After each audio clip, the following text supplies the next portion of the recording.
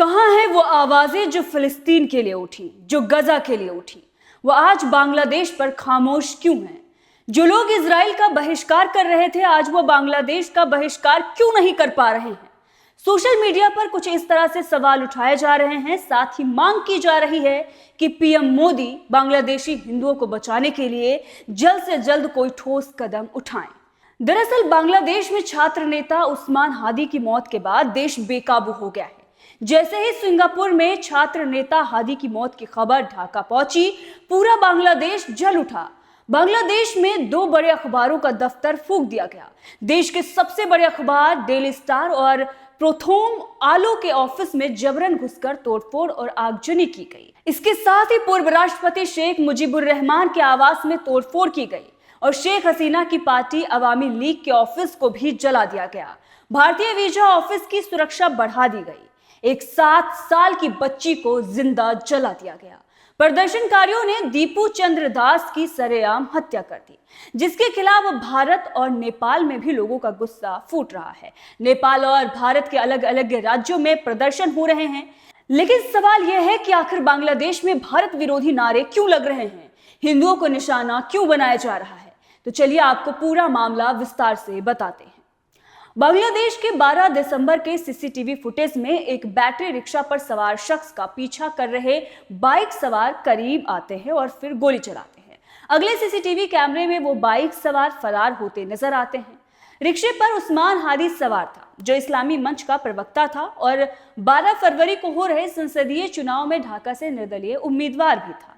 हादी ने कुछ ही घंटे पहले ऐसा नक्शा पोस्ट किया था, जिसमें भारत के पूर्वोत्तर राज्यों को बांग्लादेश का हिस्सा बताया गया था। हमलावर की गोली दाहिने कनपट्टी से होकर सिर के बाएं हिस्से से निकल गई। उसका इलाज पहले ढाका में हुआ और फिर सिंगापुर भेजा गया। जब उसने दम तोड़ा, उसके बाद खबर बांग्लादेश में आई तो बांग्लादेश में बवाल मच गया। दरअसल बांग्लादेश की यूनिट सरकार ने हादी पर हमला होते ही भारत के उच्चायुक्त को तलब कर लिया। उसने कहा कि हमलावर भारत में दाखिल हो गए हैं और उन्हें सौंपा जाए। भारत ने यूनिट सरकार के दावे को खारिज कर यह साफ कर दिया कि भारत की जमीन का इस्तेमाल मित्र जैसे बांग्लादेश के खिलाफ नहीं होने दिया जाएगा। लेकिन शेख हसीना के भारत में शरण लेने के बाद ही कट्टरपंथी छात्रों और यूनिट सरकार को हादी पर हमले के बाद मौका मिल गया।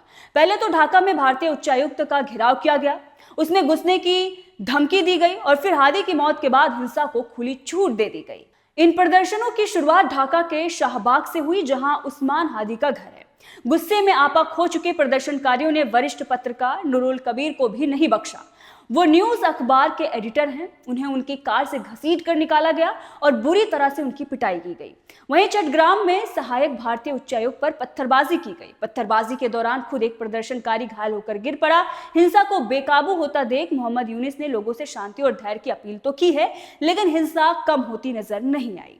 इस्लामिक कट्टरपंथियों ने न केवल अखबारों के दफ्तरों पर हमले किए, उन्होंने बांग्लादेश की सांस्कृतिक पहचान को भी मिटाने की कोशिश की। अल्लाहू अकबर के नारेबाजी के साथ यह हमला छायानाट संगठन के दफ्तर पहुंचा। 6.5 दशक पुराने सांस्कृतिक संगठन छायानाट पर हमला कर तोड़फोड़ की गई और आग लगा दी गई। वही छायानाट बिल्डिंग है जहां नालंदा स्कूल चलता है, जो देश का एक प्रमुख बंगाली मीडियम स्कूल है, जहां अधिकतर छात्र हिंदू हैं। साफ है कि हादी की मौत के बहाने इस्लामी कट्टरपंथी हिंदुओं पर हमला कर रहे हैं। बांग्लादेश की कुल आबादी लगभग 17.3 करोड़ बताई जाती है। ये 2024 के आंकड़ों के अनुसार है।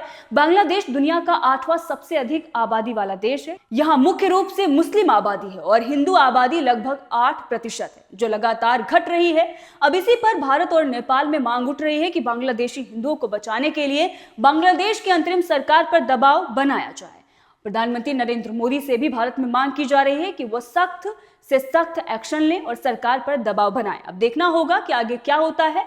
फिलहाल हिंसा थमी है, लेकिन अभी भी हिंदू डर के साए में जी रहे हैं। लेकिन अभी भी कई तरह के सवाल बांग्लादेश पर उठाए जा रहे हैं। बहरहाल इसको लेकर आपका क्या कहना है, कमेंट में जरूर बताइएगा।